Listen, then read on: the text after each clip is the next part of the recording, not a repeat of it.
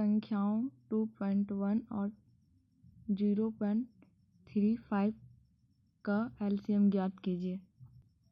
इसे बनाने के लिए सबसे पहले पॉइंट को हटा देंगे, क्योंकि पॉइंट में बनाने से थोड़ी सी प्रॉब्लम आ जाती है। तो 21/3 हो जाएगा और ये 35/100। फ्रैक्शन में कभी भी एलसीएम निकालने का विधि है एलसीएम अंश का एलसीएम निकालते हैं और हर का एचसीएफ।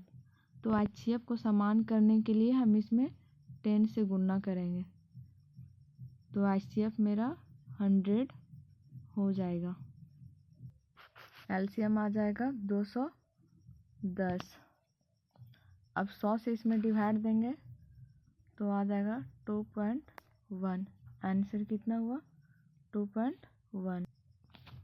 दो संख्याओं का योगफल 52 है और उनका एलसीएम 627 है। वे दोनों संख्याएं ज्ञात कीजिए। यहाँ पे ऑप्शन से हम लोग पहले देखेंगे, सारे ऑप्शंस को ऐड करने पर 52 ही आएगा। और एलसीएम इक्वल टू कितना दिया हुआ है? 627। एलसीएम देखिए, पहला ऑप्शन को हम लोग लेते हैं। अगर 17 और 35 का एलसीएम निकालेंगे तो आएगा ही नहीं। 627 यूनिट डिजिट तो आएगा नहीं, इसलिए इसको ऐसे हम लोग कट कर देंगे। सेकेंड में भी 0 आ जा रहा है, इसलिए भी कट हो जाएगा। आंसर थर्ड 9 तिया यूनिट डिजिट को मल्टीप्लाई करने पर 7 आ रहा है। अगर 4 को चेक करते हैं तो 8 चक 32, 2 आ जा रहा है, तो आंसर सी ही होगा। दो संख्याओं के एलसीएम और एचसीएफ का गुणनफल 150 है। दोनों संख्याओं का अंतर 5 है। वे दोनों संख्याएं ज्ञात कीजिए।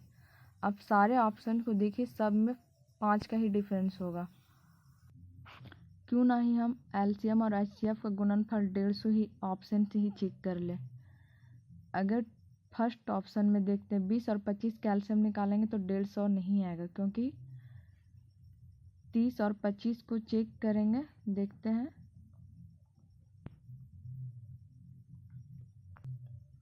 5 6 जा 30 और 35 जा 150। आंसर बी होगा। अगर इसमें थर्ड को चेक कीजिएगा वो भी नहीं आएगा आंसर।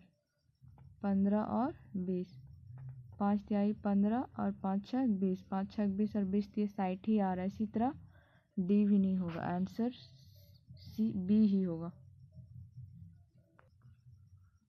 दो संख्याओं का एलसीएम और एचसीएफ क्रमशः 11 और 330 है। यदि इनमें से एक संख्या 110 और दूसरी संख्या ज्ञात कीजिए।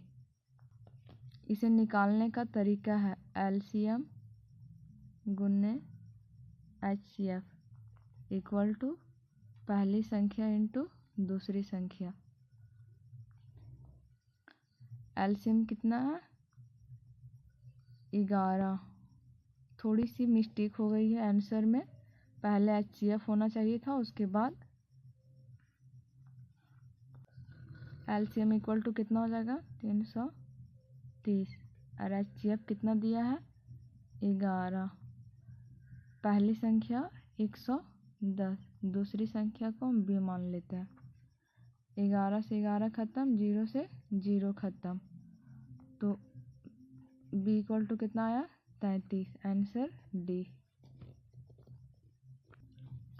दो स्कूलों की घंटियां 36 मिनट और 45 मिनट के अंतराल पर बजती है।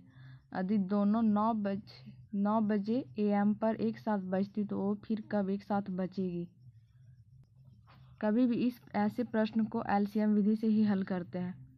तो 36 और 45 का एलसीएम लेंगे, तो 9 छक 36 और 9 पछे 45, 9 पछे 45 और 45 को 4 बार गुना करेंगे तो कितना आ जाएगा?